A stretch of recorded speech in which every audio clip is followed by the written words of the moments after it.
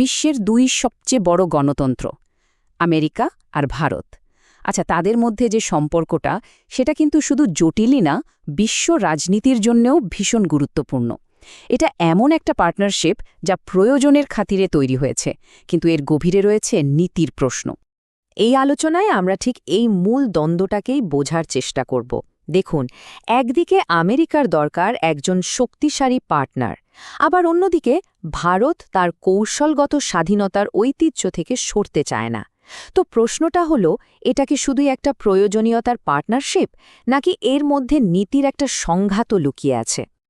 আচ্ছা, আমেরিকা কেন ভারতের দিকে এতটা ঝুঁকছে সেটা বুঝতে হলে আমাদের প্রথমে আমেরিকার নিজের দিকে তাকাতে হবে। তাদের ডিফেন্স ইন্ডাস্ট্রিতে মানে সামরিক শিল্প খাতে বেশ বড়সড় একটা চাপ তৈরি হয়েছে।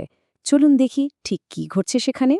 ভাবা যায়, মাত্র ৫ বছরে মানে ২০১৮ থেকে ২০২৩ সালের মধ্যে প্রায় ১৬,০০০ কোম্পানি আমেরিকার ডিফেন্স সেক্টর থেকে বেরিয়ে গেছে। এর ফলে হয়েছেটা কি? সাপ্লায়ার কমে গেছে আর বেশ কিছু গুরুত্বপূর্ণ জায়গায় একটা সংকট তৈরি হয়েছে। আর খরচের কথা যদি বলি, সেটা তো একদম আকাশ ছোঁয়া। আমেরিকার সবচেয়ে আধুনিক অস্ত্রশস্ত্রের পিছনে যে খরচ হচ্ছে তা কল্পনার বাইরে। যেমন ধরুন F-35A স্টিলথ ফাইটার, শুধু এর রক্ষণাবেক্ষণের জন্যই আনুমানিক খরচ ধরা হয়েছে $1.5 ট্রিলিয়ন, বিশাল একটা অঙ্ক। আর এখানেই তাদের একটা বড় দুর্বলতার সামনে চলে আসে। দেখুন, মিসাইল বা রাডারের মতো আধুনিক প্রযুক্তির জন্য রেয়ার আর্থ এলিমেন্টস নামে কিছু খনিজ লাগে, যা খুবই জরুরি। ২০২৩ সাল পর্যন্ত আমেরিকার ডিফেন্স সাপ্লাই চেইনের জন্য দরকারি প্রায় ৭৪% আসত চীন থেকে। চিন্তা করুন একবার, কি অমসম একটা নির্ভরশীলতা। তো এইসব চ্যালেঞ্জের সামনে দাঁড়িয়ে আমেরিকায় একটা কথা খুব জোরালোভাবে উঠে আসছে, আর সেটা হলো ভারত এখন আর শুধু একটা সম্ভাব্য পার্টনার নয়, ভারত এখন একটা অপরিহার্য পার্টনার। ব্যাপারটা অনেকটা একটা পারফেক্ট জুটির মতো। আমেরিকার শক্তি হলো তাদের অত্যাধুনিক টেকনোলজি আর ইনোভেশন, আর ভারতের শক্তি তাদের বিশাল উৎপাদন ক্ষমতা মানে স্কেল, আর সেই সাথে বিশাল এক ট্যালেন্ট পুল। সোজা কথায়, আমেরিকা আইডিয়া নিয়ে আসছে, আর ভারত সেই আইডিয়াকে বাস্তবে রূপ দেবার ক্ষমতা রাখছে। আর এটা কিন্তু শুধু মুখের কথা নয়, বাস্তবেও ঘটছে। ভারতীয় কোম্পানিগুলো কিন্তু এর মধ্যেই আমেরিকার বড় বড় ডিফেন্স সিস্টেমের সাপ্লাই চেইনে ঢুকে পড়েছে। একটা উদাহরণ দিই, সারা বিশ্বে যে অ্যাপাচি হেলিকপ্টারগুলো রপ্তানি হয় তার ৯০%-এরও বেশি ফিউজেলাজ বা কাঠামো ভারতেই তৈরি করে টাটা। তাহলে বোঝাই যাচ্ছে আমেরিকা ভারত পার্টনারশিপের যুক্তিটা কতটা জোরালো। কিন্তু এখানেই গল্পের একটা মোড় আছে, কারণ ভারত চলে সম্পূর্ণ ভিন্ন একটা নিয়মে, একটা নীতিতে যা তাদের গভীরে প্রথিত। তা চলুন এবার আমরা সমীকরণের অন্য দিকটা দেখি। ৭৫ বছরেরও বেশি সময় ধরে ভারতের বিদেশ নীতিকে যে মূল নীতিটা চালিত করছে সেটাকে একটু বোঝার চেষ্টা করি।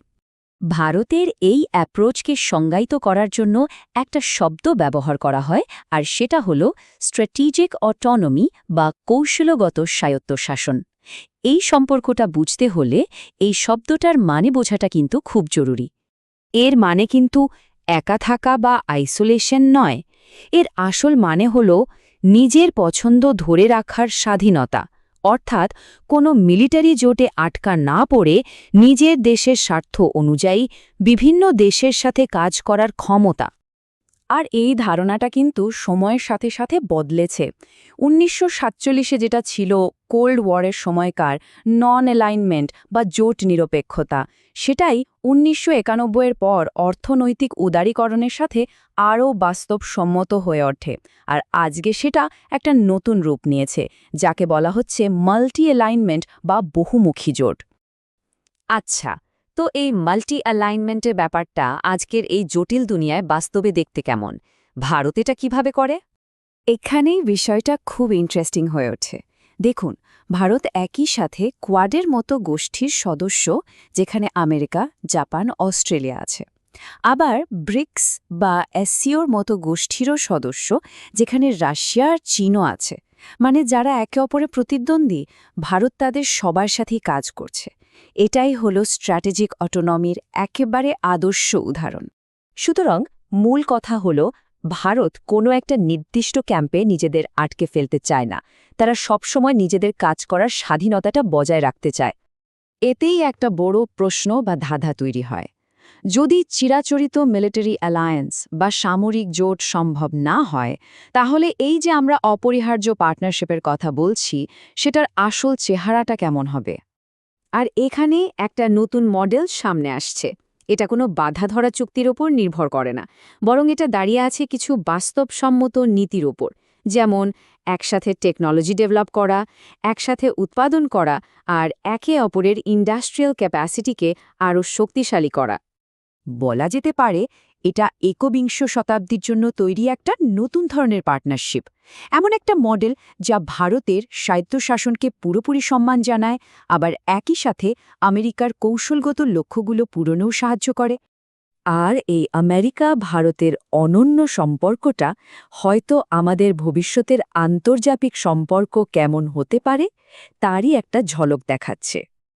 আগে আমরা ব্যালেন্স অফ পাওয়ার বা শক্তির ভারসাম্যের কথা শুনতাম, কিন্তু এখন হয়তো সময় এসেছে পাওয়ার অফ ব্যালেন্স বা ভারসাম্যের শক্তির কথা ভাবার, যেখানে দেশগুলো কোনো শক্ত ব্লকে আটকে না থেকে প্রয়োজন অনুযায়ী নমনীয় জোট তৈরি করবে। আর এটাই আমাদের শেষ এবং সবচেয়ে গুরুত্বপূর্ণ প্রশ্নে নিয়ে আসে।